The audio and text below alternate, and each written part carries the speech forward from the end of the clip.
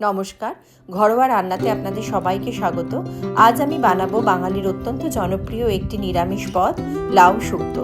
লাউ শুক্তো বানানোর জন্য প্রথমে আমি দেখুন ঝিরিঝিরি করে লাউ কেটে নিয়েছি। তারপরে নিয়েছি পোস্ত বাটা, বড়ি, আদা বাটা, রাঁধুনি বাটা। এই সমস্ত উপকরণই কিন্তু লাউ শুক্তো বানাতে লাগবে। আর লাগবে সামান্য দুধ, যেটি আমি পরে অ্যাড করব। এবার আমি ফ্রাইং প্যানে তেল গরম করে তাতে দিয়ে দেবো বড়ি। বড়িটা ভাজা ভাজা করে নিয়ে আমি একটা পাত্রে তুলে রাখবো। দেখুন আমার বড়ি ভাজা হয়ে গেছে। এরপরে আমি ওই তেলেই দেবো তেজপাতা, শুকনো লঙ্কা আর গোটা কালো সর্ষে। এই ফোড়ন হিসাবে আমি এগুলো অ্যাড করে একটু ভাজা ভাজা করে নেব। তারপরে আমি দেব আদা বাটা। এই সমস্ত উপকরণ তেলের মধ্যে দেওয়ার পরে আমি ভালো করে এটিকে নাড়িয়ে চাড়িয়ে নিয়ে তার মধ্যে আমি দিয়ে দেব ঝিরিঝিরি করে কেটে রাখা লাউ। লাউটি আমি কড়াইতে দেওয়ার পরে একটু নাড়িয়ে চাড়িয়ে নিয়ে আমি কড়াইটা ঢেকে দেব 6 থেকে 7 মিনিটের জন্য। লাউ থেকে কিন্তু নিজে থেকেই জল ছাড়বে। আমি এই রেসিপিটি বানানোর জন্য এক্সট্রা কোনো জল অ্যাড করব না।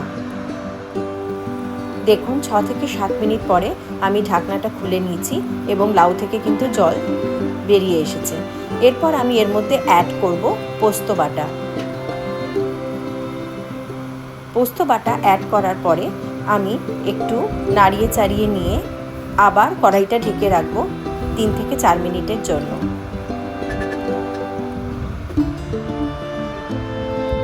এরপর ঢাকনা সরিয়ে আমি লাউয়ের মধ্যে দিয়ে দেব স্বাদ মতো নুন। তারপরে আবার সমস্ত উপকরণটি আমি ভালো করে নাড়িয়ে নিয়ে আবার ঢেকে রাখবো 2 থেকে 3 মিনিটের জন্য। তারপর ঢাকনা সরিয়ে আমি এর মধ্যে অ্যাড করব রাঁধুনি বাটা।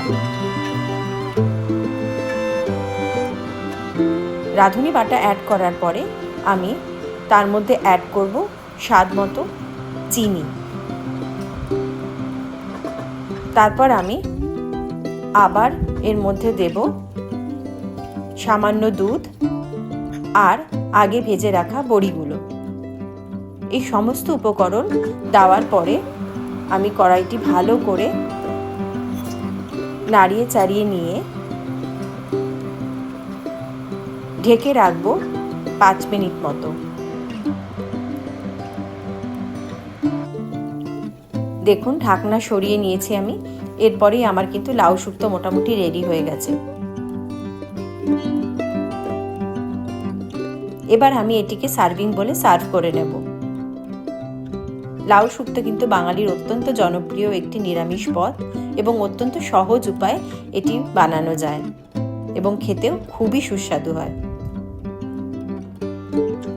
এই দেখুন আমার লাউ শুক্তো কিন্তু রেডি। এটি আপনারাও বাড়িতে বানিয়ে খেতে পারেন। খুবই সুস্বাদু একটি নিরামিষ পদ। আশা করি আজকে আপনাদের এই ভিডিওটি খুবই ভালো লেগেছে। আপনারা সবাই ভালো থাকবেন। ধন্যবাদ।